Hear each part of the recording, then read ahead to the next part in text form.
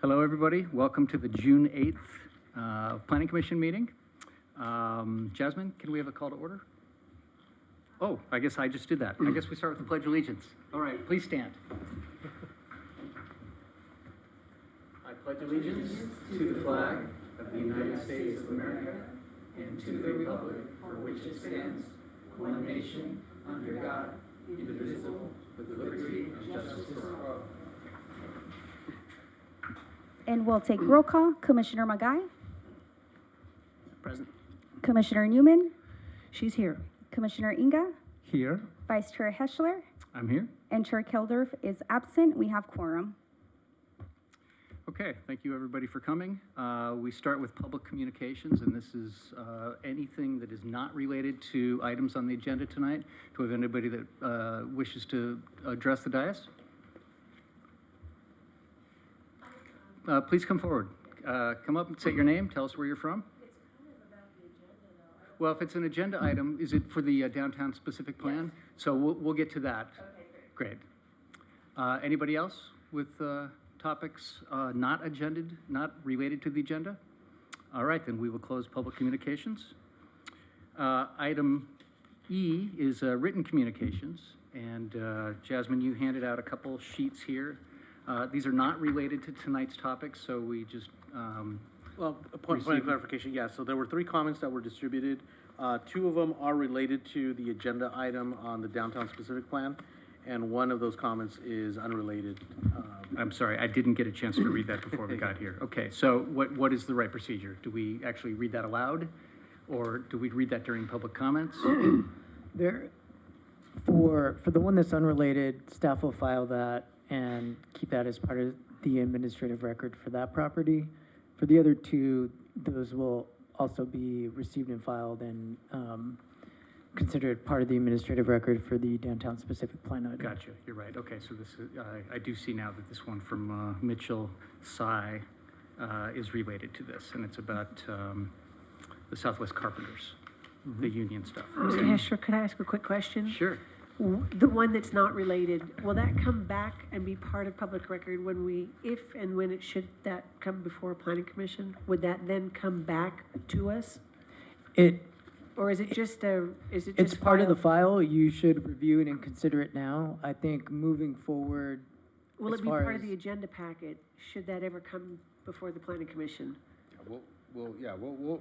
I mean, as Joaquin is mentioning, you should consider it now as Right. we've received it now, but moving forward, we're going to hold on to these and then provide them to the commission when and if that project ever That's all I does asked. provide. And It we will would be include. in the back end of Yeah, the we will include packet. these, yeah, 6 And- months or a year from now, if it comes before the commission, that'll be part of that that's correct. document. and I think the distinction Michael was making, given the profile of this project and the interest, instead of a steady drip, they'll be compiled along the way so that we have one sort of package for you down the line. Perfect. Yeah, and it's good to do that at that time, because that's when we're in that headspace anyway, so.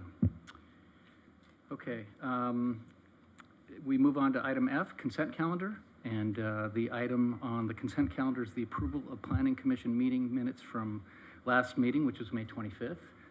And I would like to move that those minutes be approved. I will second. And I'll take votes. Commissioner Magai, Aye. Commissioner Newman, Aye. Commissioner Inga, Aye. and Vice Chair Heschler. I was not here, so I abstain.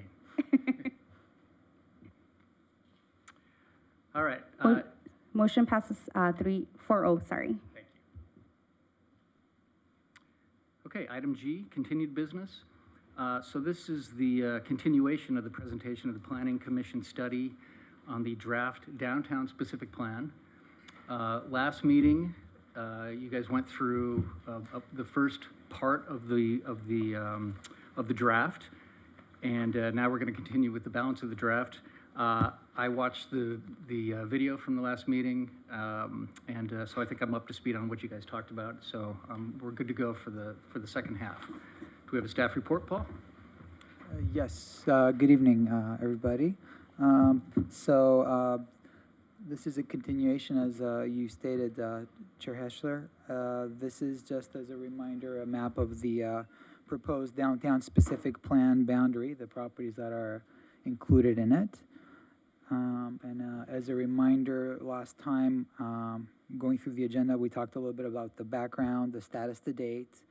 We started going through the specific plan contents, and we stopped at the private realm standards and regulations, and today we will pick it up from there, start talking about the public realm chapters and some of the other chapters towards the end of the specific plan document.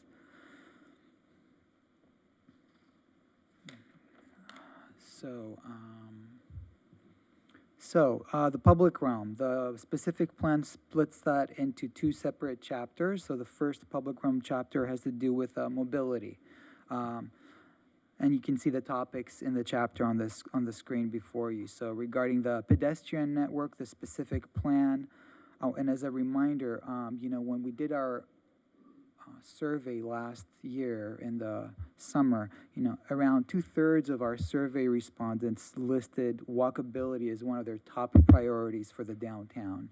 And if you recall at your other study session in November, there were a lot of people here that also spoke to the same kind of topic. So the specific plan, paid a lot of attention and addresses a lot of that. So this chapter includes several recommended improvements to provide for pedestrian safety and comfort, ADA improvements, pedestrian crossing improvements, mid-block crosswalks, alley improvements, wayfinding, and so forth.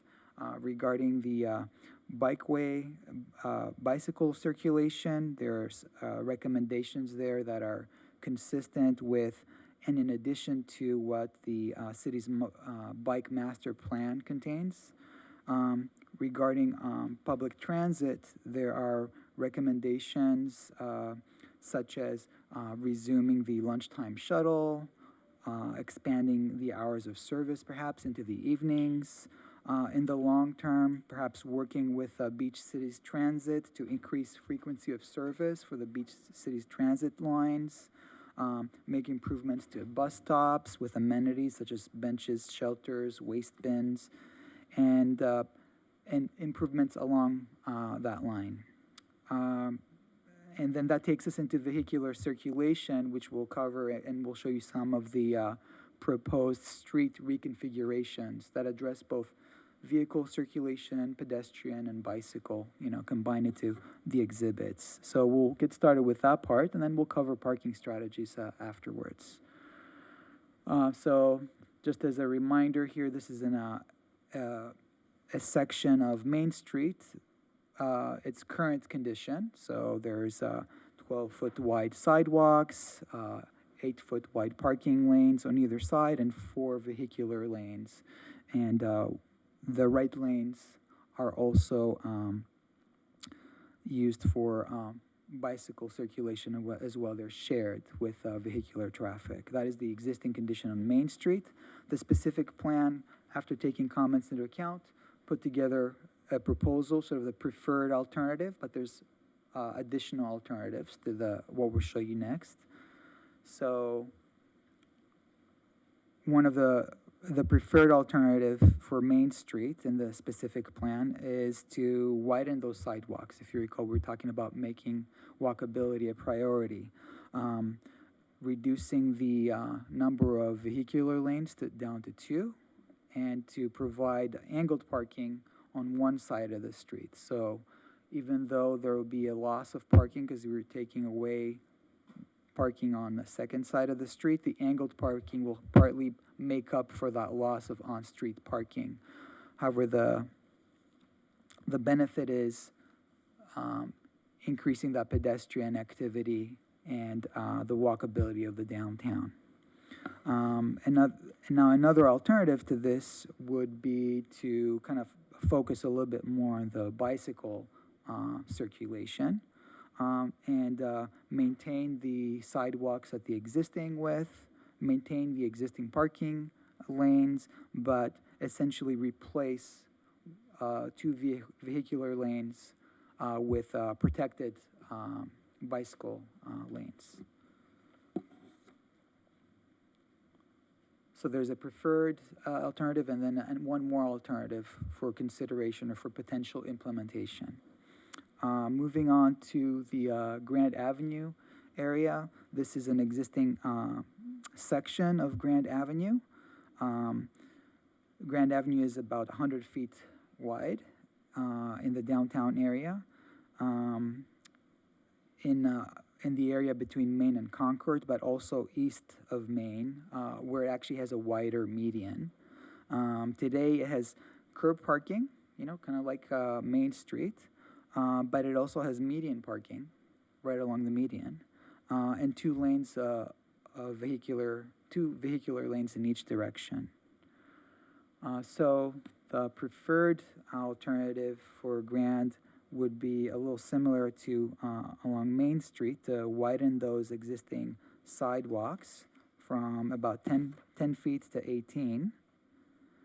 Replace that curb parking that's parallel today with angled parking, and reduce the number of vehicular lanes to one lane in each direction, and then have a slightly wider median but no median parking. And to kind of offset that loss of median parking, the parking at the curb is angled, which allows you to put more parking spaces in the same length to sort of partly offset the loss of parking along the median. So Paul, could you just clarify that this, which is your preferred recommended layout, with the angle parking, we do not lose parking spots, taking away the median parking? There is a loss of parking, but you're not losing that entire number of median parking because You have those numbers? providing, You- I can Later, it's fine. I can look Yeah. into that, yeah, Okay, and perhaps that's fine. find it and provide it later on, yeah. I think those are gonna be the specifics that we Yeah. wanna, They are We in the wanna specific plan show. itself, but I don't happen to have the exact numbers for worries. each street. Right. And do you prefer that we kind of wait and come back and talk about these when we finish your presentation? It is up to you. Perhaps if you have some questions, something that you needed clarified as I'm going through, that's perfectly fine to help you kind of follow along. But if you have comments on other ideas or responses, perhaps at the end of each chapter we can go over everything. sorry, Jay, last week we did that. I didn't mean to. Another alternative for Grand Avenue, beyond this one preferred alternative, is, and in fact, there's two other alternatives for Grand Avenue. So the alternative number one here essentially widens the sidewalks, but not as much as the preferred alternative. Maintains the curb parking, parallel parking the way it is, and then replaces one vehicular lane with a protected bicycle lane. And rather than having median parking, that's replaced with a wider median area. Another alternative for Grand Avenue is perhaps a little bit more ambitious when it comes to the bicycle circulation, is to introduce a sort of a separated, buffered bike path along the side of Grand Avenue, maintaining the sidewalks at the existing width, providing that buffered bicycle path, angled parking to help offset the loss of some of the parking, and then again, one vehicular lane in each direction.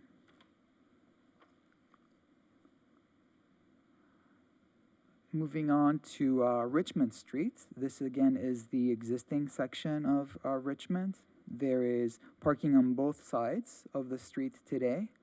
On one side it's parallel, on the other side it's angled parking. And there's one lane for vehicles going in each direction. The sidewalks are a little bit narrower than elsewhere in the downtown, about 8 and 10 feet wide. Moving on to the preferred alternative for Richmond. The idea there is to improve the pedestrian and the outdoor dining experience, and doing that by eliminating the on-street parking, especially in that area between Grand and Franklin, and widening that sidewalk area. So basically replacing the parking lane with additional sidewalk space. And maintaining one vehicular lane going in each direction. A slight, a difference, another alternative to this is to consider completely closing off the street and then creating sort of a pedestrian mall experience. However, maintaining the ability for emergency vehicles to go through. So the idea would be to perhaps do something like we do for the farmers market on Main Street, put bollards at the ends of the block. That way, if we need to get vehicles in and out, we can do that. And something like this could be achieved with other alternative, where we have wider sidewalks and only 2 lanes in each direction with sort of occasional or periodic closures, for events or weekends, along Richmond Street. So that way the street still functions as a vehicular pass-through. But then, when the city wants to have events or perhaps on the weekends or evenings, they can close off the street during those hours.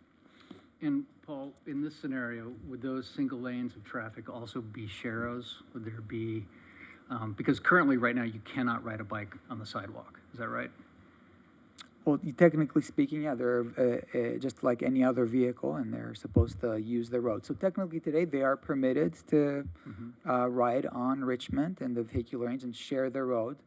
They're just not labeled as sharrows. In our bicycle network map, we identified certain streets to get that designation as a shared vehicle and bike lanes. Such as on Main Street and on Grand, where we have those sharrow markings on the road. But that does not prevent people from actually using Richmond Street. Yeah. Moving on a little bit to, so those were some of the sections on the specific streets.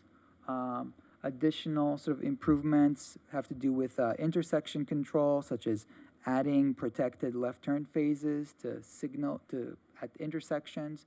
So if we, for example, decide to reduce the number of vehicle lanes in each direction to 1, to at least have protected left turn lanes. That way you're mitigating against sort of, traffic at the intersections. Adding stop signs and stop bars along stop controlled intersections.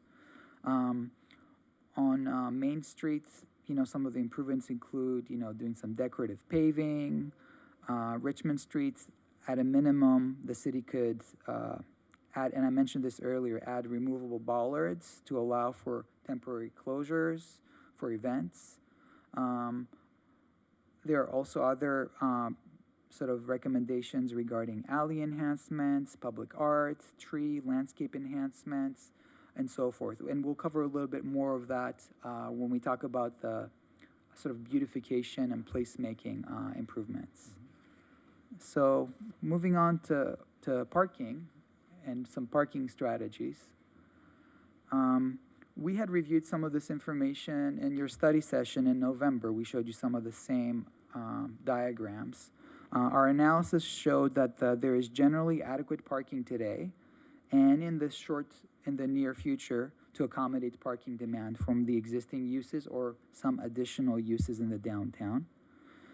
Generally, the intent of the specific plan is to require parking on site for future large development projects. And then also to promote shared parking between private properties, wayfinding for off-street parking, such as our parking structure on Grand and some of the surface parking lots.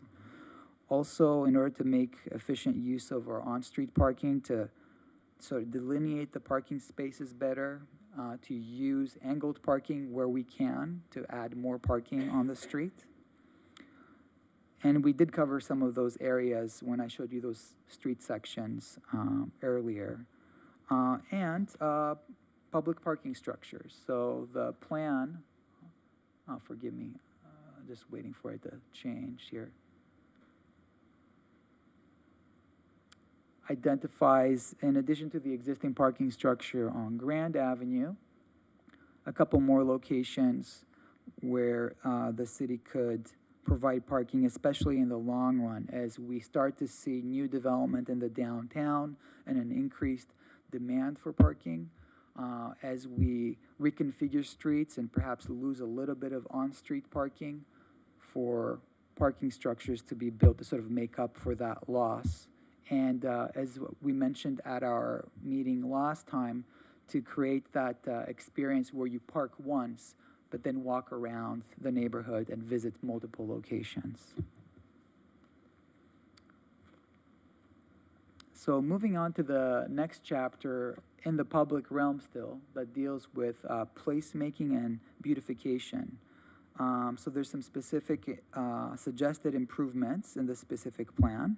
And the following slides show some of these recommendations in the areas that you see on the slide here. So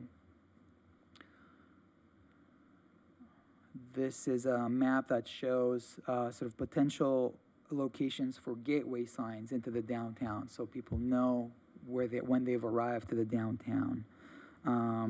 There's also some examples here of vehicular and pedestrian wayfinding signs. Some of them, there are some today in the downtown, but these are some suggestions on types of signs and, you know, a recommendation that should kind of build on what we're already doing in the downtown. And Paul, is the consultant's recommendation that those things are branded as downtown, or are they getting into the specific districts that they have named? I believe that it's generic downtown, but that doesn't, you know, prevent us from taking some time and studying sort of wayfinding opportunities and designs and coming up with what the city feels it needs, you know, to do exactly. Moving on to sort of streetscape and pedestrian amenities, you know, those would include things like furniture, waste receptacles, tree grates, bike racks, bus shelters, you know, lighting along streets, decorative paving, and other things like that. I'm sorry. These are some examples of the types of art and landscaping that could be added in public spaces and along streets. And, you know, these become more feasible as sidewalks are widened and sort of vehicle lanes are reduced. So if we are able to widen those sidewalks, the existing sidewalks, we can add more and more of these features to kind of beautify kind of the scene as people are driving or riding through. And, you know, this covers the information in the specific plan regarding the public realm. And in the next few slides, we will cover sort of the highlights of the remaining chapters in the specific plan. So perhaps this is a good point to stop and see if you have either questions or comments on the public improvements. So, going back to the street configurations, so Main Street and Grand, basically the preferred options for them are very similar, right? There's one lane in each direction, I guess angled parking on one side for Main, but then those lanes are shared with bikes, right? Okay. So they have a very similar configuration, but I guess they're very different streets. I'm a little concerned that having that same configuration on Grand, because more people use it as a pass-through road, and you know it gets more, I guess, trips per day than Main would. That it could end up with a lot of congestion on that street if it is shared with bikes. Yeah. So I think that maybe the alternative that separates the bike lanes from the vehicle lanes could have benefits. I'm just thinking about, you know, the road diet that we were on, you know, a few years ago that, you know, the city of LA used out in Playa, which caused a lot of problems, you know, shrinking it down to one street. I don't want that kind of situation creeping up on us over here. So. Yeah. And I think we talked about this last time, but for Main Street, if we get down to one lane, is there a pathway in the foreseeable future to get that to 0 lanes, to close it off eventually? Or is that looking at the next downtown specific plan, and when would that be? I see. Closing Main. Well, if the commission and the community want to look into that further, add policies to further study closures of Main Street, or recommend doing closures along Main Street, not just for the farmers market or the occasional event, but to try on different occasions to do that, sort of as a test going forward, or to supplement any road reconfigurations, we can add language to that effect to the plan so that we can sort of build on what we're doing, I hope that helps provide an answer there. I mean, is there a history of pilot projects for this type of thing in other cities?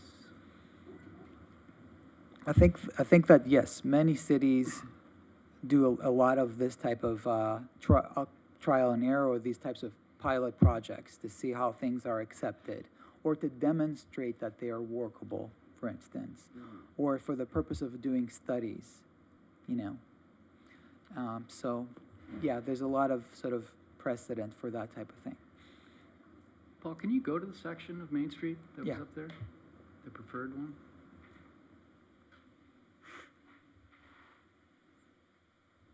And I just want to add that, if we want to move in the direction of thinking of, oh yeah, let's close Main Street permanently to vehicle traffic, well, if we go in that direction, that's something that we have to study in our traffic analysis, in our transportation analysis. It's not something that we've studied to date. So if that's where the commission or the committee want us to go, then we would have to study that in our environmental document to see how workable it is, or how to mitigate any potential traffic issues. Sure, right. Yeah. Mhm. So do you guys have data now? What happens when you close it for farmer's market? Do you have an idea of loads on other streets and how that affects everybody?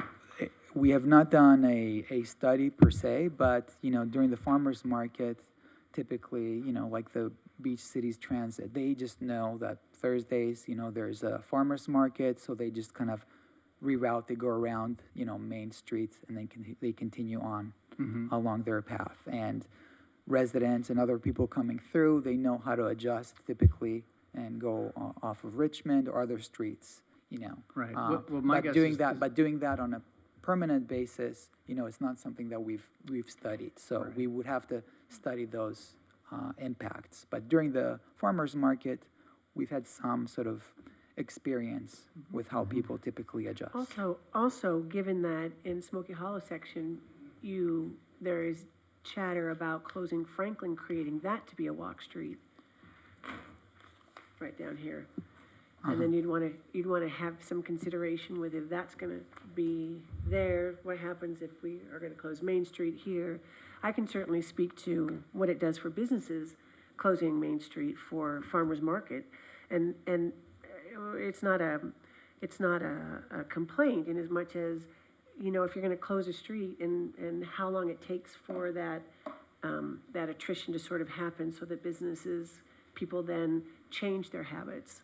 Because when you close, like we do, Main Street in just this one section here, I can only speak for me, regular clients will not come downtown because of parking and because of access is very different. So they wait till it's over, which is fine. But if you're gonna permanently close something, I think there really needs to be a tremendous study for that as to what it does for businesses and that whatever block is gonna be closed. Yeah, right. Yeah, it's changing a behavior. It really is. Oh, You know, yeah. If people are waiting till traffic opens up again to go to a retail store, And granted, we don't have a lot of retail in the downtown area, but it is something that people will look at, like, where do I have to park and how easy is it for me to get? We all like to pull up and park and go in and get out, or parking in the back. So that needs to be thoughtfully looked at for sure. I like to add something also. You mentioned it earlier about the Beach Cities Transit, the buses. I would love to see them with passengers. Unfortunately, every single time that I see one of those buses, I only see the driver by himself or herself. So I don't know if there's something that we can partner with our neighbor cities, Manhattan, Hermosa, Redondo, to utilize better their services and therefore decrease the need of adding parking, right? Going into parking, you mentioned it, a couple of potential parking structures. I like and I'm open to the one that you said on Franklin and Richmond. I think it's a great location. I think it's a good location in the north east corner, I think. I'm not so open as the one that you said on Grant and Standard. I would like to look at other options, how to alleviate or mitigate parking in downtown. And I don't know if the city considered maybe leasing or renting some of the spaces that Chevron has on El Segundo Boulevard, those decent sized parking lots on El Segundo and Main Street. They are certainly busy in the morning between 6 a.m. and 3 p.m. But after 3:30 or 4 p.m., they're only 10%, 50% occupied. That way, we don't need to impact the city with such a big parking structure right on our center. Yeah, that's something that we can look into, definitely, yeah. Commissioner Magai, you had asked to look at some of the sections a couple of minutes ago. Were you looking for something specific? Yeah, well, if you go to the Main Street one. Oh, okay, great. And the So, preferred Yeah, Main alternative? Street preferred, right. Okay. So in this configuration, you've got angled parking on one side and no parking on the other side, right? And so I guess my question there is, and of course, I love the pedestrian area, 20 feet on each side is generous and it's awesome and there's room for dining there and people walking around. I have a couple thoughts about that. One, if you only can park on one side, I think that's challenging for a lot of people, because do they make a U-turn into a spot? Do they gotta go drive around and come back and park? The other concern I have about one-lane sharrows, and I'm a cyclist and I love everybody being out on bikes. I worry about kids on bikes. And so, if I've got a 7-year-old on a bicycle, am I okay with them riding on the street with other cars? Because you can't really ride on the sidewalk. And I think people give little kids a pass if they're riding a bike on the sidewalk. But, if you're 12 years old, are you okay on the street? So that's a real consideration I have, or a concern that I have. I see. In this configuration, I wonder if Manhattan Beach has angled parking on one side of Manhattan Beach Boulevard, and then they have parallel on the other side. And I think we do that at Richmond as well. And if you did a section like that, where it was angled parking, 2 lanes, parallel parking, and then maybe bring the public realm space down to, 16 feet or something like that, however the math works out. I understood, okay. Now that doesn't solve the bike lane thing for me. I still have a problem with only one lane of cars and no room for bikes. Yeah. Or sharing the lane. Yeah, with if I bikes. may, the alternative is a little closer to what you were suggesting, where you have a separate bike lane and you still keep parking on both sides of the street. Is that the existing sidewalk width at 12 feet? Yes, that is the existing sidewalk width. Now, Gotcha. those bike lanes, if you see, they have a very big buffer They're on pretty each generous, side, so they yeah. look like they're around 8 or 9 feet wide. So, in theory, you could come up with some sort of a compromise between sort of the buffer for the bike lane and a slightly wider sidewalk, something Right, like right. that. You I can go think to- you'd have to have a big buffer. That's really challenging, to have bikes behind where parked cars are, and yet you've got moving cars on your left.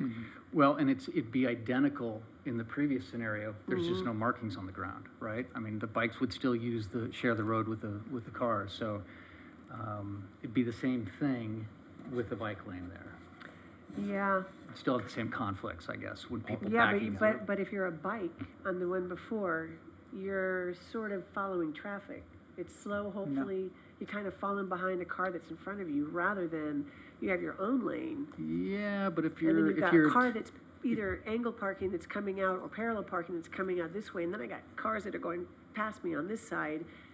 I hate that configuration where you've Yeah. got the cars parked and then you've got the cyclists and then you've got the through traffic. That's, to me, it feels way more dangerous. I'd rather be in the road with the cars moving along and letting them pass me. so it's 25 miles an hour, and most people don't ride a bike at 25 miles an hour. Now, the e-bikes will, No, yeah, but, you know, well, you got a that's true, 10-year-old too. and they're going 8 miles an hour. So they're probably not out in the middle of the road with the other cars. Whatever we So- can do to also slow traffic down. Well, there's Probably that. That would do yeah, it. yeah, That'd be, that would help, yeah. right, right. So. Slow traffic. So I guess, you know, I like where this is heading. There's, I think, some of these sections still need some work. You know, I'm not sure that they're exactly the right thing, you know.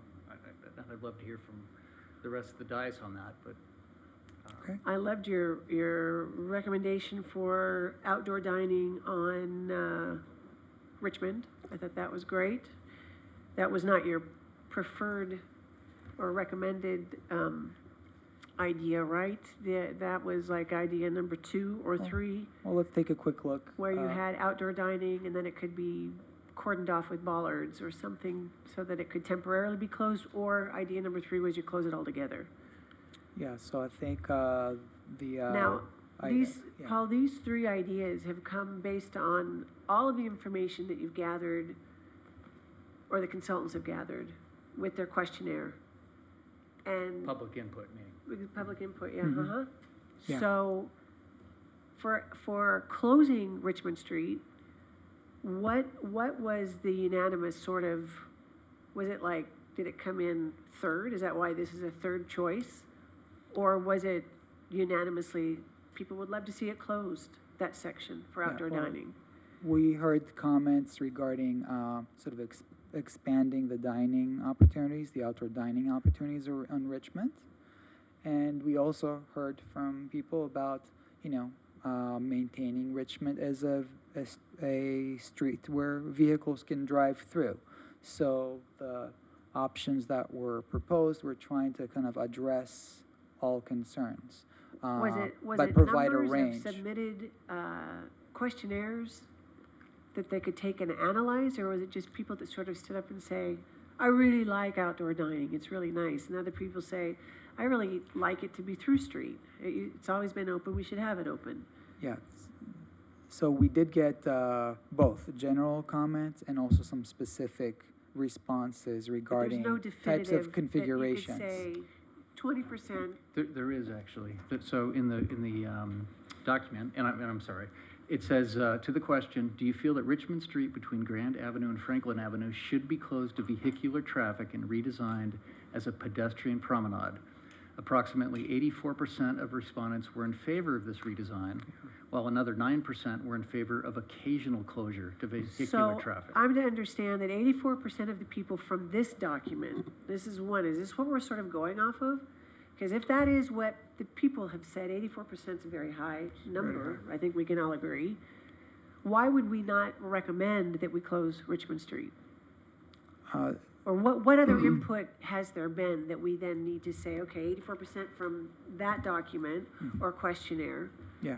Just because a few other people said, no, we don't really want it, or Yeah. So I'm just trying to there's figure out in my head, how do we, there's a couple of things. One is that, like Chair Heschler said, most people who responded to the survey were in favor of closing the street and kind of maintaining what was going on during the COVID sort of time.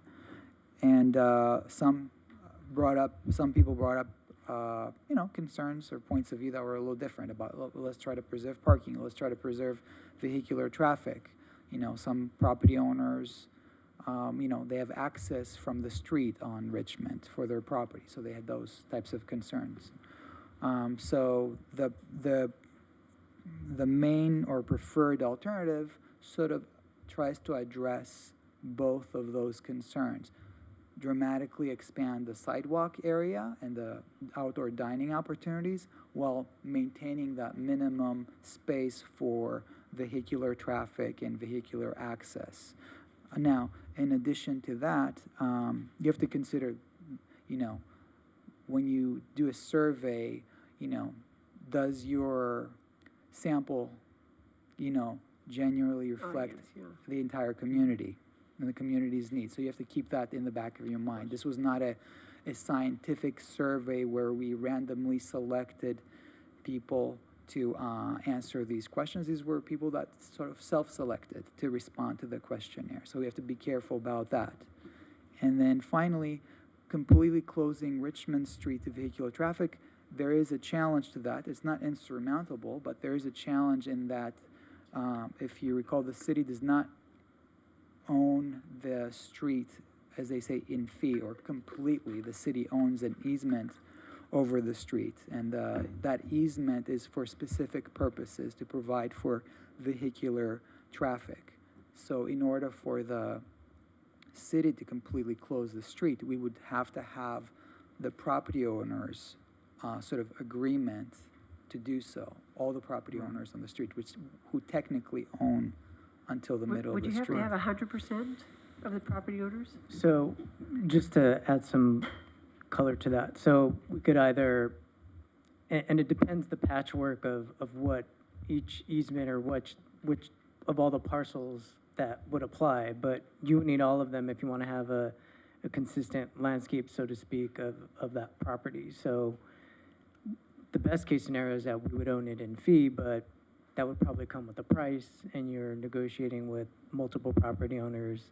And I'm not even sure if we have a handle on which property owners or entities might own and how many parcels are underneath that we only have easement interest on. And those are serious hurdles to getting to that goal. What would you have to do just to create wider sidewalks? Is there any legal hoops that one needs to jump through, or no? Which would be this scenario. Yeah, or almost every scenario where the white sidewalks get. Yeah, to so be I mean, we wider. have a right to use, and it depends on the easement of each parcel, but likely it says, you know, the city gets a right to use it for vehicular purposes, and once we extinguish that, then we would lose that right and have to negotiate a different use. Ideally, we would be able to get something in fee, but then that would be a negotiation as far as price for the city to acquire that land. And that's for each parcel. And so it could be multiple, it could be very many parcels for that stretch that we're looking at. If I may, Commissioner Newman, as you probably gathered, it would be a little more complicated to completely close a street off, which is why it is not our preferred alternative in the specific plan, but it is still an alternative that we can potentially work towards in the future.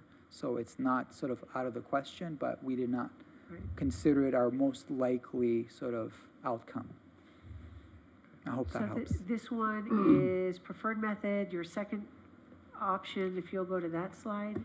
Yes. So this creates outdoor dining on sidewalks. We have With- one with- lane with with no no parking. parking, correct. This one is, This would close the street completely and create sort of a pedestrian mall, sort of, I thought we had 3 options for Richmond Street. there are 2 options, I believe. Two There options. were 3 for Grand Avenue. Okay, so the third one for Richmond, the third option I think you mentioned was with Through Street, we could also have temporary times when it That's could right. close. So Okay. the third option that I mentioned was basically the This first one, option Yes, with sort of adding bollards at the end. So on special occasions or periodically, the city could, you know, kind of like we do for the farmer's market, allow for closure, sure. do that Got kind it. of thing. Yep, okay. If you would like, I can sort of move on to the other chapters, and we can still Thank you. and it's not a lot of material to cover, and then we can take more questions or discussion. Yeah, I have one last, Yes. maybe question about parking. The plan view that showed which parking structures were most used and least used. You know, interestingly, the nice big parking structure Mhm. at Grand and Richmond. Richmond, thank you, is the least used thing there. And Yes. that's a little frustrating to me. It's this nice big structure, it's easy, it's convenient. I park there all the time because I know it's easy to park there. And so, I guess the question is why? Why is it underutilized? It has Is a sign, signage? has a sign on there that says 99-cent only parking. Yep, yep. Well, I mean, we talked about that A 10 long years time ago, ago, when, we sure when, did. and we made some recommendations to change that. The other underutilized parking lot is the city lot right here behind us. And I think people think that is a private city lot.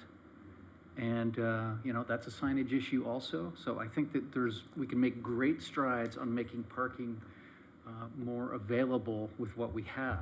Yep. That's a Yeah. great short-term So solution. just to be clear, we can park in either of those spots? Absolutely. Okay. Yeah, of course. Because the absolutely. signage says otherwise.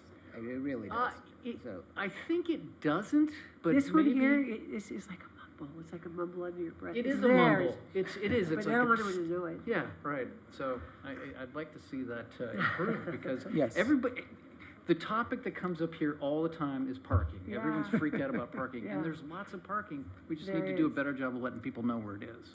Yes, And the the other one, specific honest to plan has God, language Better that. Right across the street with the center median, Uh-huh. nobody parks there. Do you know why? It's bird doo-doo, swear. Oh, okay. Nobody wants to park their cars there. It's So we should get rid messy. of the birds? Yeah.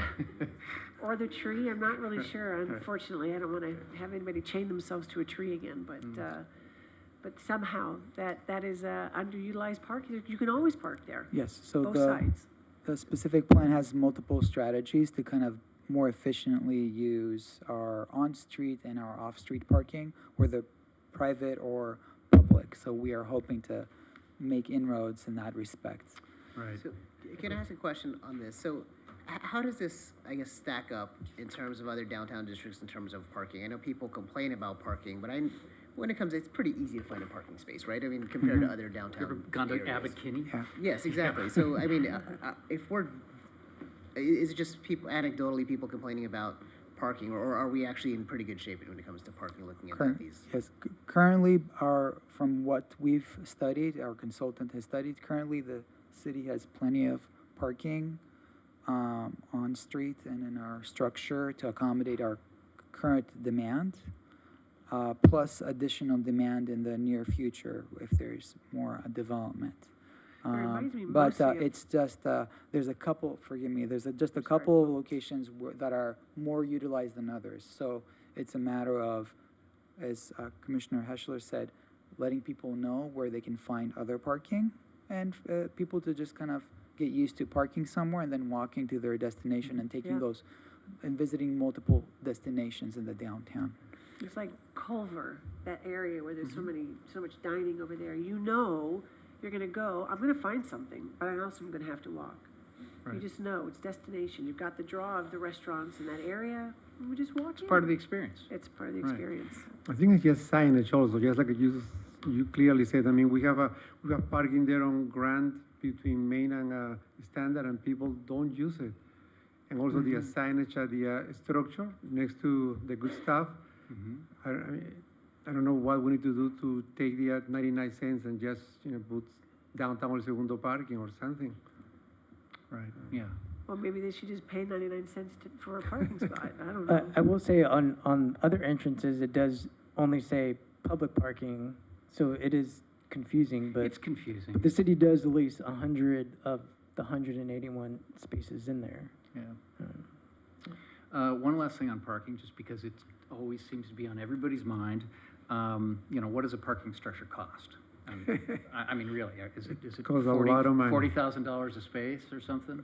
It depends. It depends. If I may answer that question, so there are three types of parking spaces: on a surface lot, on a parking structure, and underground.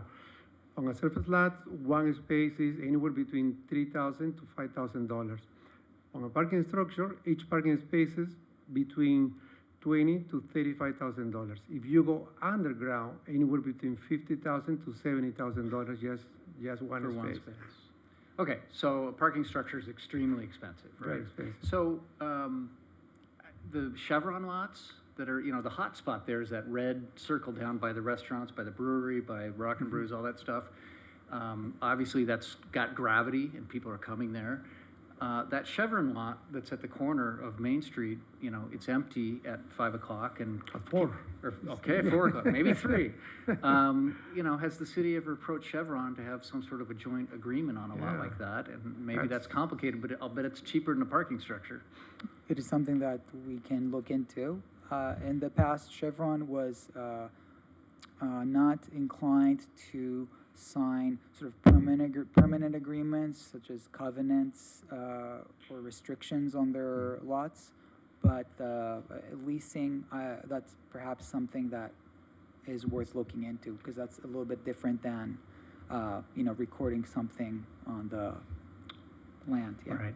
Well, it's the same concept that Mario brought up earlier. Are there shared businesses that, that we can work out an agreement with, because their Yeah. parking lots are And that is empty at another night? of the recommendations, to look at other private parking lots and look at sharing some of that private property parking, such as, different businesses that have different hours of operation, right? So if you have an office that operates during the day, it doesn't typically need all its parking in the evening when some restaurants get busy. So are there ways to make those arrangements for businesses to kind of share parking, at different times? So those are some of the things that we hope to look into as part of this. Okay. With that, I'll just go ahead and cover the next few slides and take any of your questions on that material, and then can open it to the public. Great. So give me a second to advance to those slides towards the end.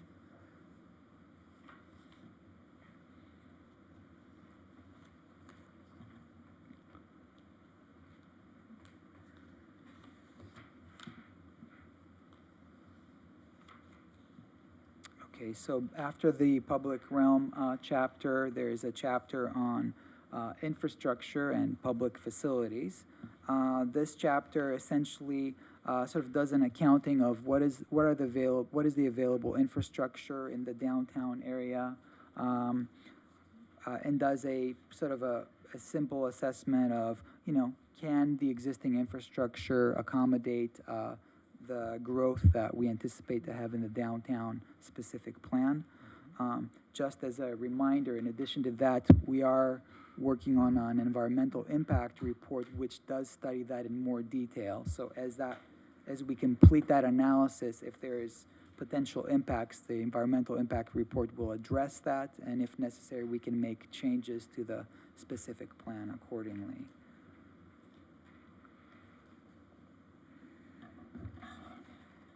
The same thing applies to some of the public facilities and services like police, fire, schools, and parks. The implementation chapter has a list of programs, projects, generally options that the city can undertake in order to make the vision we described in the earlier chapters of the specific plan a reality. And it also lists potential funding sources that the city can use or pursue to kind of help make those some improvements, put some things in place. The administration chapter essentially describes how the specific plan will be utilized or used, how its provisions or regulations are interpreted, how non-conforming uses or buildings will be handled, how do we deal with the exceptions to development standards? How will they be reviewed? The design review process, the levels of authority or decision-making authority. That will be more or less the same as today in the specific plan, although in the draft specific plan, the director would be getting a little bit more authority on some projects to make decisions on the design. Finally, the environmental review. Staff, as I mentioned, is working on a program level EIR. This will cover the analysis in some areas and then reduce the need to do a full analysis on each individual project that follows. So if the EIR for the overall area covers a certain topic, then if we get a larger project that needs some environmental review, at least they won't have to go through the full analysis, because this EIR that we're working on today will have covered most of the analysis. So hopefully that'll make it a little bit easier, more streamlined for larger developments to come through. That covers the contents of the specific plan. Just wanted to give you a quick idea of sort of the next steps in the process. So we've released a specific plan. These two meetings were our effort to kind of introduce this draft plan to you and to the community so that they can review in more detail, take their time and provide us their comments or input or questions. We can take input, till the end of the month, that way people have time to let us know which options they prefer for the streets, or if they have other comments on the contents. And then at that point, we will start to take all that input and kind of fine-tune things, make revisions as necessary. And we're still working on the draft environmental report. We're doing some of those technical studies at this point. So we have that time to take additional input, take that extra time, and make tweaks and changes to the draft specific plan before we produce a more final version. So, Paul, for the public, what is the best mechanism for people to comment? Will this PDF be posted on a website? And is there a portal that they can comment on specific pages, or thank you a for, form they can fill out? Thank you for asking that question. We do have a dedicated website for the downtown specific plan update. It's www.elsegundo.org/downtown update. So they can go on that website. There's an opportunity there to sign up for email updates on this whole process. And there's also my contact information, my email address, so they can submit comments to me. I will compile all those comments, and then our team will kind of take those into account and make changes as necessary. So that's Good. Sort of the easiest way to submit comments through email. Okay, good. And I have a quick question, Paul, between the final ERI, environmental impact report, when you get to that stage, between that and public hearing, like it's the final, but it's not really the final? Because in public hearings, you tend to get input still. Yeah. So then you go back and retweak it. So it's really not what you're going to be presenting to Planning Commission or City Council at that point. Well, it is in a sense. So when the draft environmental report is prepared, it will be released to the public for input for a 45-day period. And after that period is over, we will take all the public comments we've received and prepare responses to the comments and also make any necessary edits to the draft environmental impact report. And those responses and the edits are essentially the final EIR that is presented to the Planning Commission and the City Council. At those public hearings, if the Planning Commission wants the city to make edits to the EIR, we'll make those edits. But that technically is sort of the final EIR stage at the same time as the public hearings. So all public comments go into the back of the EIR with city's response. So it's all Yes. transparent and everybody can see what's on everybody's mind. Yes. But we just want to clarify, not all public comments, all comments or questions related specifically to the EIR Gotcha, okay. will go into the back of the That's document a good clarification. with the responses. And just a refresher, an EIR is the most strenuous, thorough environmental document. And whereas with lesser environmental documents, there's not a requirement that the city reply to all comments. Since this is an EIR, that is built into this process. But as Michael just stated, it is limited the requirement to respond in writing to the environmental related comments, which doesn't mean that staff will ignore or not respond to other comments, but that's just the distinction. Okay, cool. Well, that essentially covers our presentation, the second half of our presentation. And at this point, if you have any additional questions or comments for us, or if you'd like to take public input, we'll be happy to listen or provide answers where we can. Okay. Should we open up to the public and then go from there? Okay, well, let's do that. The public's here. A bunch of people showed up, which is nice. So if you've got some comments on the draft specific plan, please come up. Tell us your name and where you're from. Hi, good evening. My name is Salvador George. I am a member of the Southwest Regional Council of Carpenters. I live in the local area. I work and recreate in the vicinity of where all these projects are going to take place. I believe that I will be impacted by the environmental impacts of this project. The city should incorporate language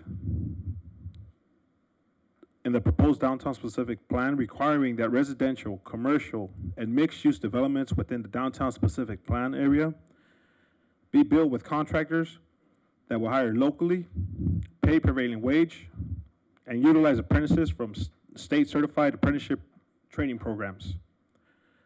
Workforce requirements reduce construction-related environmental impacts while benefiting the local economy and workforce development.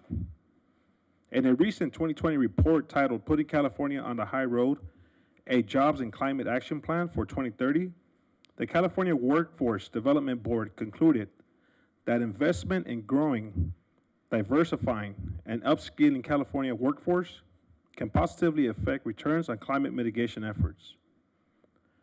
The South Coast Air Quality Management District recently found that the local hire requirements can result in air pollutant reductions.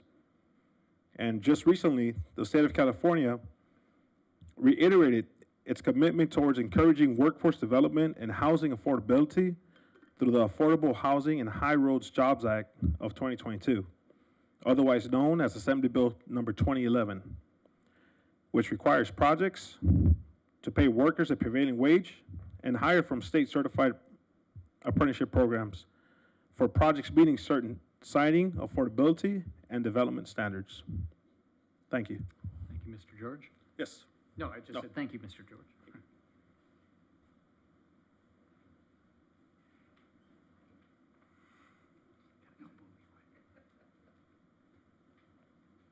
Hello, everyone. I'm Eric from Tapizon on the corner of Main Street. I really appreciate the last couple of meetings I've been coming to and listening to you guys, because I really I see too how much work's going in from Paul, and I've known him for 4.5 years pretty much with our project, and now a 1.5 years open. Parking seems to be a no-brainer around here to improve, make it easier. I was just in Chicago. I want to mention something about Main Street reducing its driving lanes. I think it's a good idea, slowing it down. Whether it's closed off all the way, I don't know if you have enough retail ability to really make that sense to me right now. I know Mr. George comes from some background there. But I wanted to tell you, when I was in Chicago, I was seeing both my daughters up there, and when you're talking about Main Street and the concern about parking and bicycle riding, there was an area, there's two areas. I was on a bicycle quite a bit in Chicago, believe it or not. And there was a sidewalk area that was actually 2 lanes of bicycles with retail, and it worked quite well. So the kids were, I know you're not allowed to be on the sidewalk here, but it was designed and marked for bicycle riding both ways. With kids, sometimes maybe they might go in and out of a lane that might be problematic, but it keeps them kind of away from the cars. It was kind of an interesting thing I saw. I have lived in many places in my youth too, and seeing how Europe does it a lot. You have such an amazingly quaint town. And I'm at the north of Main Street, and we did something for Mother's Day weekend. We kind of went out into our parking lot a little bit. We have 3 parking spaces there. We had yoga with some grass, artificial grass mats.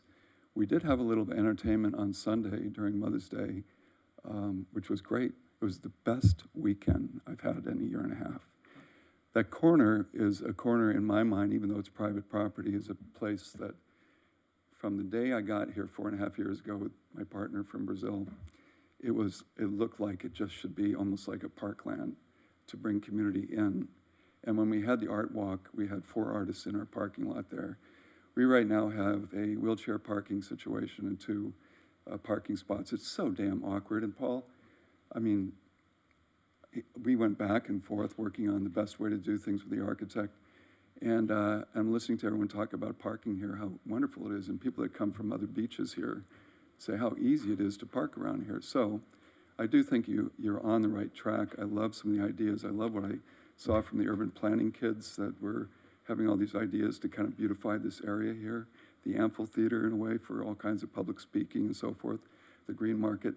I also, when I was thinking, Brenda, you were talking about how far should you go on Grand going east. The baseball cage almost to me seems like a natural boundary myself. But then I was looking at Rite Aid and you're talking about parking. I'm looking at all these parking here and Rite Aid. I don't know what the deal is there, but it should be, Main Street should be walkable. I think the Civic Center, this area here, having some art and interest to get people coming up my way, and retailers have to change. The stakeholders, I know who they are pretty much. There's only 1 or 2. They have to believe. My partner and I really thought about your city a lot in building this to create some energy coming up our way. It's hard to pull people up right now. And I think what I see with all my experience in other cities and so forth is that the mentality with the retailers, somebody was saying up here that it's a different mindset. It is a different mindset. And some people, like Richmond Street, there are issues there. I heard about them today. All I can say, I really like the energy that's going forth. And I think decisions, I hope, are going to be made quicker because we have a lot of great things coming up, the World Cup and the Olympics. And Main Street should be a village of shopping, I would hope, a little bit more than it is now. So you get people walking. And you talk about parking, people will walk more if you have much more interest on Main Street. And you really, 2 entrepreneurs I just did something with, to end this really quickly. I'm doing a little film with them, Sandy from Frocks and Rocks. I felt these 2 women are the most exceptional entrepreneur women in what I saw in retail here. Sandy Kane also with her wellness and massage and her vitality. 2 amazing women entrepreneurs that I am trying to do something with, and I've been talking to the planning folks here to put something together to show people that own the properties how interesting Main Street could become. And I have this kind of energy and wherewithal to hopefully be helpful and influential to whatever way you're taking the city, because what I'm hearing here the last 2 times, it makes me so happy. I wasn't sure, but I think the sidewalk cafe is coming out more, how you figure the parking out, and lighting. And lighting just happened, okay? $100,000 went to lighting. Well, I know all about that. It starts with lighting, brightening up Main Street a little bit. I'm so excited. I'm going to shut up right now because I can talk. So thank you for all your hard work. Thank you. I wanted to ask you a question. I mean, do you know if some of your customers actually park on the free parking lot on Main and Mariposa? Across the street? It's just one block. Oh, you know where from the post office is? Is that parking lot It's there? not a pet shop. What? UPS store, Yeah. Yeah. Oh, that UPS store I thought was down this way near Grand. The mail. This way. I don't think. The mailbox. Oh, yeah, that's what I'm talking about. I don't think I hear that happening, but we do have a lot of parking going down towards the high school. We don't have a lot of complaints. In fact, people from Manhattan Beach love what we're doing, of course, and they're going, "Oh, this is so easy to park." And then we do have certain. We only have one neighbor that has issues with stuff, but as does other areas of the city, I hear. But you know what? There's magic going on right now. I want to keep coming and listening to you all, and I would like to make some public comment. I have been talking to people for a couple years now. We are really exciting people, but we just don't have the volume of business yet. We're trying to figure it out. I got an amazing new chef right now. Stay tuned. I'm happy to be here. You've got a lovely, beautiful, that's what happened to me. A charming little city. I had no idea. I just felt like, okay, once we open the doors, people will come. They are coming. They are coming. Great. But we're something new in El Segundo. But I also want to tell you too, I tell the folks that are doing the marketing here, what we're doing with our reviews with Google and Yelp, we are seeing a lot of people coming to El Segundo for the first time, and they're amazed just like I was. It is charming. You don't want to go too far like Abbott Kinney. The landlord I have right now bought the building 6 months before me. I found out that he's got 2 buildings on Abbott Kinney, bought them in 1990. He also has a vision. He sees more. That's why he bought the building. He saw something more. So sadly, he owns the building, but because otherwise I'd be working with you in a different way, I think. But anyway, that's all I got to say. Thank you, Eric. Mhm. Thank you, everybody. My name is Barbara Boland. I live at 637 Whiting Street. And beginning last November 2022, the El Segundo Blue Butterfly Conservancy, which consists of myself and another woman called Monica Davis, also a resident, addressed this board and planning commission, and we've come to several of the commission planning workshops and spoken about the importance of our endangered El Segundo blue butterfly. And I have read through the documents, and I thank you so much. It's like, it's all over. I just love it. We're so thrilled to see that it's in these documents, including the blue butterfly habitat enhancement and future plans for El Segundo, Chapter 4, for promoting open space, A10, and conservation, A6. Thanks for addressing the importance to protect the rare and endangered El Segundo blue butterfly, goals on CN4, several others. We look forward to the blue butterfly habitat planted at Civic Center, which is in 2G, I think, and its accompanying educational signage. Thank you so much to you all, and for giving us the opportunity for giving our input, and to the community for supporting the El Segundo blue butterfly. Two other things. We've also spoken to Park and Recs and Environmental Committee and made presentations to Rotary Club, Women's Club. Everybody is very excited about trying to bring the El Segundo blue butterfly back. Parks has now, at the corner of Library Park, in the corner by Palm and Main, have started 2 blue butterfly habitat areas. This week they planted 2 circles of 30, the Seacliff buckwheat, which is the one and only plant the blue butterfly completely lives its life on. It's not like a monarch. It's not a chrysalis. It lives and dies, and underneath it lives under the ground, and it stays under this plant its entire life. So now there are 30 there. We're hoping eventually to make it over 1,000 square feet. I'm a master gardener, and native gardening is my passion. In front of my house right now is a big native garden, which looks amazing this year. So we're very happy that the parks went through that. Also, Monica and I are going to be doing tours. There's in July, there's 3 dates, which we're trying to publicize for anyone who wants to come. Down at Dockweiler, which is one of the few last remaining spots where there is the native buckwheat. And it will be, the blue butterfly is only out for several weeks, and it should be out during these 3 dates. If there's any way anyone would like me to publicize it, or Why don't you tell us what those dates are right now? Thursday, July 6th, Sunday, July 9th, Wednesday, July 12th. From 10 to 12, we'll be there. You can come. We'll do educational talks. Meet at the corner by the Dockweiler Youth Center. The sand right there, you can see it. There's the buckwheat. It's one of the few areas that's left in our area, and they'll be out. This is their time to be out. So there's no need to sign up. Just we have it posted in a few places in Facebook, and I do have information if anybody's interested. And also I do buy plants, but now it's not really that people can buy from me if you're interested in your own gardens. So thank you. Wonderful. Well, thank you, Ms. Bolland. Thank you so much. Thank you for what you do, and I'm glad that your buckwheat made it by name in the plan. So And what's the Latin for your buckwheat? It's called Aragonium parvifolium. All right. Yeah. Thank you. That's our buckwheat. And there are many buckwheats, but that's the only one. Okay. You might look at it. Good afternoon. My name is Evan Pilata. I'm with a company called Park Roll. I'm the Director of Business Development. I got the introduction here from Paul. Paul, pleasure to meet you in person. He's a rock star, by the way. We're a company based out of El Segundo, by the owner, Amar Shokeen. He's the owner of the Welcome Group, which is also based at El Segundo. They own the AC Hotel, the Hyatt.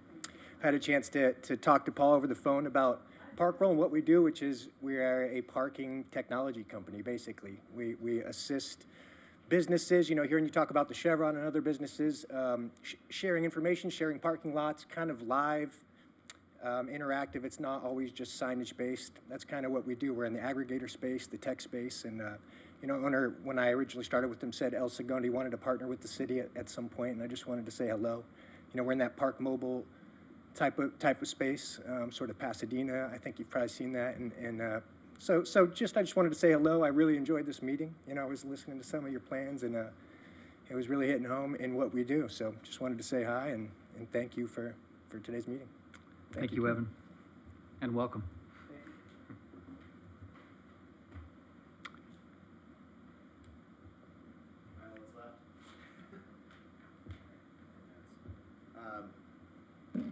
Chris Hall, 1312 East Mariposa. You're going to be shocked that I am here to suggest that we should have fewer driving lanes and more walking space. But I am here to suggest those two things. I think particularly on Richmond, I know there's obviously challenges as it relates to the property owners. But we went, and I know I think the way it was structured before blocked off access. You really couldn't walk through, and I think the people that had businesses on the other side of that block, it was difficult. But if you're talking about an open area that people can commute back and forth through, I would think that would help. I also think that any of those business owners, if their alternative is just people driving through, it doesn't really help them either. And so I think that there may be more appetite there. In terms of parking, I don't know who is complaining about not having parking, because I've literally never driven to downtown and not been able to find a parking spot. And I've also never parked in any of the parking lots. So I don't really know. There's so much extra space, and I think I didn't even know I don't know a lot of these things were public parking lots, because there's so much street parking. Why would you bother figuring out what the parking lots are? So I hope that we can continue that looking at, the reduction in parking spaces for the improvement in commuter traffic, I think is a great trade-off. And that, as you point, I used to live in Culver City, and yeah, you park and you walk, and it's fine. Everyone will figure that out if they have to. In terms of the bike lane, so I am an e-biker, and it's funny, I am with you. I feel like having that bike lane in between the parking, particularly if you're on Main Street by the high school, you're going from 4 down to 2, and then a not insignificant number of those drivers are high school students. I would prefer not to be on a bike in between them and a parking spot. That to me seems kind of terrifying, whereas in front of them, at least you're big, and yes, you're slow, and they have to drive slowly, but that's, I think, a little more common. And right now, it's what everyone's doing. I've never felt in danger on a bike on Main Street. But you have the benefit of another lane going the same direction. So someone can go around you pretty easily. Yeah, that's fair. Yeah. That's fair. I think, if I can't get my 0 lanes, which I think this guy's trying not to give me my 0 lanes, but perhaps a 15-mile-an-hour speed limit would be not something that would require a legal, if you go to 0 lanes, I assume if it's a problem on Richmond than on Main Street, there's even more business owners you'd have to negotiate with. But could you consider a lower speed limit? That 15 miles an hour would significantly reduce the risk associated with bikes, and you wouldn't need a separate lane. The e-bikes go faster than that, but even regular bikes, I imagine there are some 8-year-old kids who can't go, 12 miles an hour, but for the most part, bikes are moving at, at least 10 to 15. So I wonder if that's a possibility, or what the rules are around speed limits on through lines like that. Once again, not a legal expert. But yeah, that's pretty much all I have to say is fewer lanes. The last thing I'll say is this: there's nowhere in the world where people are tearing up walking streets to create driving streets. Nowhere. There's no appetite for that. Whenever you change something, people are upset. Any change you make. You change the color of the sign, and you're going to get 400 comments on how that other shade of green was better. And you guys are laughing because I'm sure everything you do, someone complains about it. And the bigger it is, the more initial voices there are. But after the fact, you have to ask yourself if you're looking at things as they stand around the world today, are people adding more walking or less walking? The We're adding more walking. Are people excited by walking opportunities? Even like Zillow has a walkability index, right, for property values and things like that. And so I know it's difficult to be the people who receive all the incoming fire when you change something, but ultimately I think if you're looking 10 years from now, it's a 10-year plan, or 20 years from now, or 30 years from now, people are going to be a lot happier. People aren't going to come back in time and go, oh man, I wish we had more driving space, right? But they will potentially come back and say, I wish we had more walking space, which whoever designed the 10-year plan 10 years ago, these are 10-year plans, right? 20 years. So 20 years ago, someone designed this plan, right? And now we all wish there were more walking. I would suggest that 20 years from now, we'll be back here again saying, hey man, I wish there were more walking. But if you took out and made it walking, people wouldn't be going, oh, I really hope that you guys will update the new 20-year plan so we can drive more and have more parking. I just don't think those are going to be the case. So just forward thinking. Thank you all. Thank you, Chris. Anybody else like to approach the dais? All right, we will close public communications, and all further conversation will come from the dais. You guys have anything else you want to talk about? I don't. I think we've touched on a lot of things. I think you guys have done a tremendous job. You know, really very thorough and very thoughtful, and with the consultants' input and the public input, and I think you're going to start getting more of that as well. I still think the border of downtown should be going further east, but I'm going to, no one spoke to that, so if that is brought up or thought of integrating it all, I'll accept any responses that you have in that respect. But it's interesting. I mean, we do have a little jewel in the entire South Bay and certainly in California, and your enthusiasm is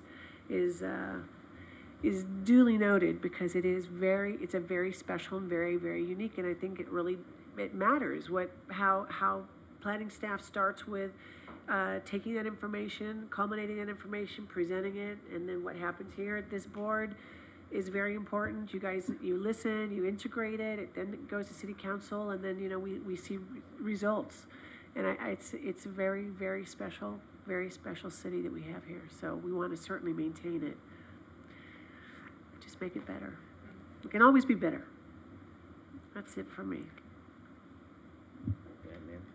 So I have some, I guess, specific comments on the plan. I have a list of 3 here. So I guess the first one is that I still think that we need to find ways to connect this side of Main Street to the other side. I don't, as of right now, when there's not a farmer's market, the Civic Center is almost like a dead zone in the evenings that you have to walk across where there's nothing to see here. So I don't know what that is to connect the 2 areas of Main Street. Maybe it's more signage that we have stuff over there. Maybe the parking is set up where, you know, there is parking over there and they have to park there and walk this way, or if transit stops are put on that side to specifically be able to drop off directly over here. And if people gravitate to that side, but we have to, you know, make sure that these 2 areas kind of connect with the Civic Center in between. Second, I still like the preferred configuration on Main Street with the shared lanes, with the vehicle and shared lanes, but safety is an issue. I think that we have to find mitigation for safety there, whether it be like really aggressive signage and like blinking lights or what have you. And I noticed that, you know, when I'm driving, I pay more attention to the bike lanes when it's painted green versus just the clear white stripes. And I did have speed limits as you know, potential mitigation as well. But maybe potential turnouts if people want to go faster, and you know that you have a kid, you know, maybe there's areas to turn out on your bike to let cars pass. But I do think that that's the best option for Main Street until we can fully close it, to have, you know, that shared bike route to maximize the sidewalk usage there. And then I do want to include language that requires the city to study the business impacts of closing Main Street permanently. And that's you know, the existing businesses, but I would like the study to also look at what types of businesses thrive in this, within a closed street, maybe it's not retail, maybe it's that side is, and I want to be clear, I'm not talking about, I think we're talking about where the farmer's market is, and we're talking about closing down Main Street, but there are other options there, maybe that side where the restaurants are and people will congregate afterwards, maybe that's the part to close first, but I do want to focus, or do a study on what businesses would best thrive in that kind of, closed street. And I do want to do a pilot program to close the streets, and maybe that starts with summer Saturdays and builds to summer weekends, and maybe in the summer Thursday through Sunday, whatever we want to do, to eventually get to that. And I do understand the challenges of the business owners or the actual owners, not the city only has easement rights or what have you. So that is the challenge. But I do like the idea of being open to closing streets down, whether it be the things that we have up here for the farmers market or not. But I do want to I don't know if I haven't looked at this section yet in detail. I don't know how strong the language is in there for closing it, but I would like to have definitive language, or I don't know if it's in the specific plan or in some sort of resolution to do the study and do pilot projects for closing down areas of Main Street. So. Makes sense. Mario? I would like to also add some more language for signage for wayfinding, especially in the north side of Main Street on Mariposa, to direct people that downtown also starts over there, so people can start walking from Mariposa all the way down, and benefit all of the businesses between Mariposa, Pine, Holly, etc. I think that is important. I think somehow we are focusing now basically between Grant and El Segundo, but there is one side of downtown that we also need to focus on. And I wouldn't be in favor of a new parking structure of Grant and Standard. Yeah. Will you not? I will not. Not in that corner. I'll be open to do something on Franklin and Richmond, which I think is part of the plan. But on Grant and Standard, that's like kind of like the main intersections. So I wouldn't like to have a structure, a building, though. Even though it might be beautiful design with art and I think maybe we can just offer that more to the people. People don't know that there is a free parking facility. Yeah. I agree. I think we're a long way from really needing that. Yeah. So, Paul, I have kind of a technical question on the document itself. There on page 145 of the PDF, it's section 6.6. And it's and you don't have to look it up. I'll tell you what the issue. It's a table. It's a chart, and it's the summary of development demand analysis. And basically, it's projections of what sorts of businesses might thrive in the downtown area. It's a very useful table. But there's a baseline. There's a square footage baseline, and then there's a square footage aggressive projection. And I wonder what current square footages of each of these things are, and if that is, because that must have informed the two different thresholds. And I think it'd just be kind of helpful to know what is there existing, or is baseline existing? We have the data on the existing uses, the square footage, because we did that market analysis. Right. To come up with what is the potential future demand. Okay. Yeah, I'm sure it exists. I just wondered if it can be an additional column in, and I think it'll be helpful. If this is a 20-year document, it'd be kind of nice to know what we're seeing in 2023 as we go through this. Yes, we can add that to that table, definitely. Great, okay, thank you. One more thing, I'm also in favor of protecting those 4 buildings that were identified as historical buildings. I mean, I think that's something that we definitely need to make sure that they stay how they are now.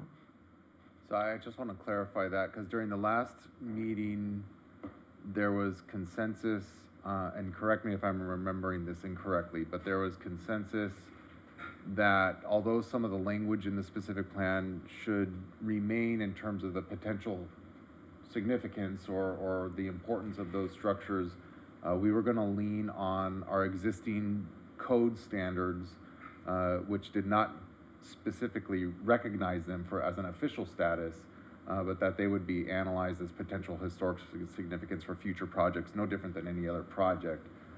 But I might be remembering that incorrectly. And so we can certainly rediscuss it now. But I just wanted to remind the commission of that discussion a couple weeks ago. Yeah, that is my That is true. recollection. Yeah, I watched the video, that's what you guys ended up with. Yeah. Right. Doesn't mean we can't Right. discuss it now. I just wanted to make sure we're all on the same page. Yeah, and I think the concern was if it went on a historic registry, on a national registry, statewide, national registry, it might cause some issues down the road for future development. But I mean, Either like, property owners or sale of, or redevelopment, or, yeah, when I first started, I think there was a project at the old jailhouse which deemed it not historic. So I think that has already been determined, right? But Well, that's Well, funny that you say that, Kevin, because I mentioned the project, the Richmond Bar and Grill, or the one next to it, and there's something that's in place already. Yep. And they tore it down, they remodeled, they started the remodel, but then they were asked or forced to, I don't know which, I really don't know. Well, it's sort of, it echoes. They had to rebuild it the way that it looked.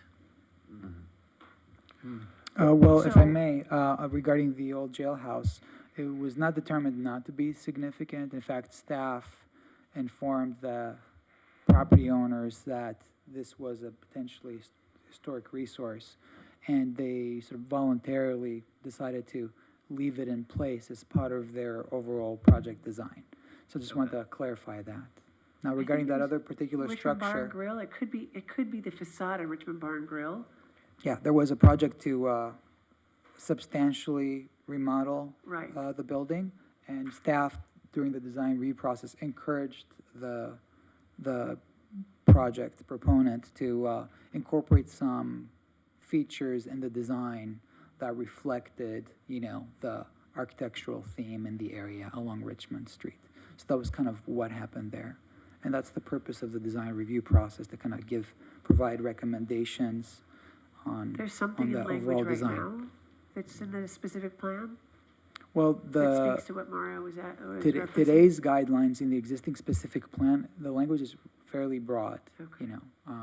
We hope that in the proposed specific plan, the language is a little bit clearer, gives better guidance to developers, project proponents. I hope that helps Commissioner answer. Inga, it might help if we understood maybe some of the intent of what your desire is, because maybe it's not the language as it was drafted to be a little bit more specific. Maybe there's other tools that we can use to keep the flexibility, but also address what you're looking for. And so it might be helpful to understand what the intent is behind what you're asking for. The intent is to keep the view, the appearance, the look of those buildings as much as possible. I do understand that they cannot be national historical, sites, but, and yeah, I mean, we did discuss that 2 weeks ago, but I want to make sure that we do something to try to preserve. Okay. So, I think there might be some language in the design standards, that getting a little bit more specific, as Paul's, alluding to, is maybe there's language we can include in design standards, or the expectation of the building design when dealing with some of the potentially historic significant structures, or just the identified structures. Maybe that's part of the downtown design review process. That's part of the evaluation process, is emulating, repurposing the look, feel, experience, design of the structure. So we can look at different ways of doing that without necessarily risking designating a local, state, or national historic resource, which would become limiting, which was the concern of the commission a couple weeks ago, is that it would overly limit what could be done in the future, right? I will add that in the zoning code, going to the idea of local historical resources, property owners for example, for any of the properties in question here, have the ability to apply for a historic preservation distinction on their own. So through the existing zoning code, they could submit an application, and it would come before you all. You would make a recommendation to council, and if it's approved, then there would be limits on demo, alterations, construction related to that particular site. So that's something the discrete property owners currently can elect to do on their own. If I could just add one more thing, it's something that staff probably needs to look into as well. There's the environmental review process, which sort of governs certain sort of cultural or historic resources and how they are treated. So we have to kind of look into what limitations CEQA places on what we can do on that particular topic. So we may come back to you with a little bit more detail on how far the city can go in one direction or another.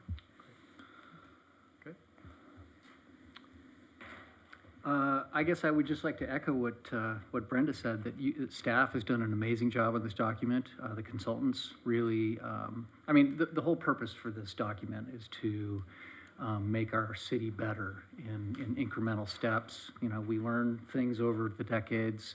A lot of people lived here a long time and are reluctant to change. Bless you. And it is so encouraging and exciting when new people come into town and say, wow, you guys have something pretty cool here. And so, you know, it's important to do the things that retain the charm, but also make the changes that make this place better, make it more walkable, make it a more pedestrian-friendly city, make the businesses thrive. You know, that's an important thing. I mean, we all want a more vibrant community, and what makes vibrancy?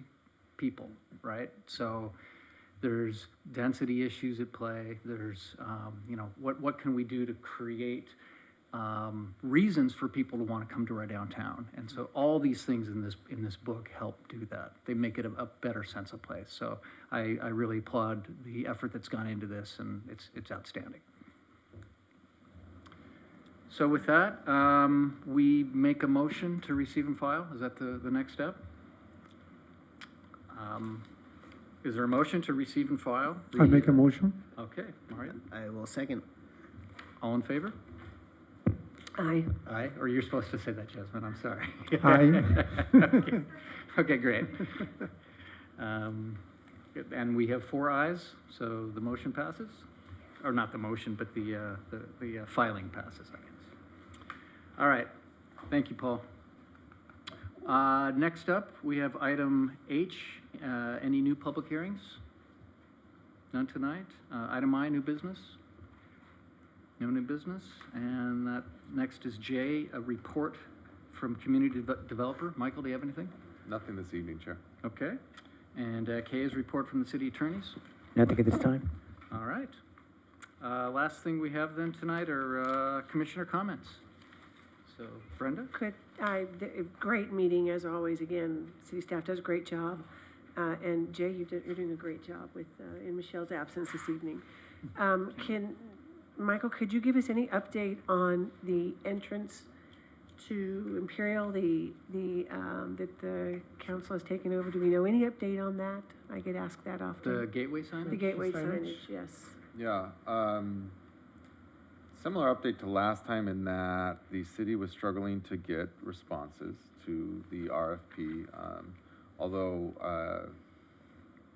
either this Tuesday or last Tuesday, I did hear that there's efforts and successful efforts to working with a contractor.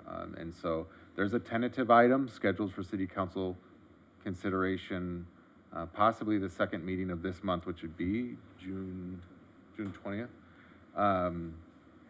If they haven't reached any form of agreement, then the next council meeting is the second meeting in August, and I'm sure and hopeful that if we're close now, we'll certainly be close enough to take a consideration to city council in the second meeting in August for award of contract. So fingers crossed that be the case. And so I would keep an eye out June 20th or the second meeting in August, which I don't know off the top of my head either. August. So they've gone with it out for bid. They have they've made several Request efforts. for proposal. and they have a plan in action. They know what they want that gateway area to look like, and then Yeah, they've gone to, Yeah, city council, maybe 3 months ago, 2 or 3 months ago, did approve a particular design. okay, And so they have gone out to bid, and it's just, they have we're just waiting for not the, been successful in getting anybody of interest. okay, But they are close, and so I would imagine that at least this month, but certainly probably by August, they'll have figured out what they need to with that particular news. contractor and be able to move forward with that. thank you. That's all for me. Mario? No, Any no comments? I just want to say it's the last week of school for the school district, so congratulations to all the graduates of the high school and the ones that are going from middle school to high school and elementary school to middle school. So everyone have a safe, enjoyable summer. Very nice. I will end with what I usually talk about, and that's bike lanes. And so I would like to just bring up in the public forum with planning that the new surfacing of El Segundo Boulevard is beautiful. It's nice new tarmac down, nice new stripes. That particular road from El Segundo to PCH is part of the bicycle master plan that the city adopted in 2011.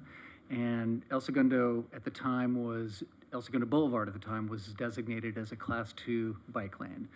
I know that Public Works talked about whenever a route that's on the bicycle master plan was going to be resurfaced, that's the time that either the sharrows would go down or the striping would go down.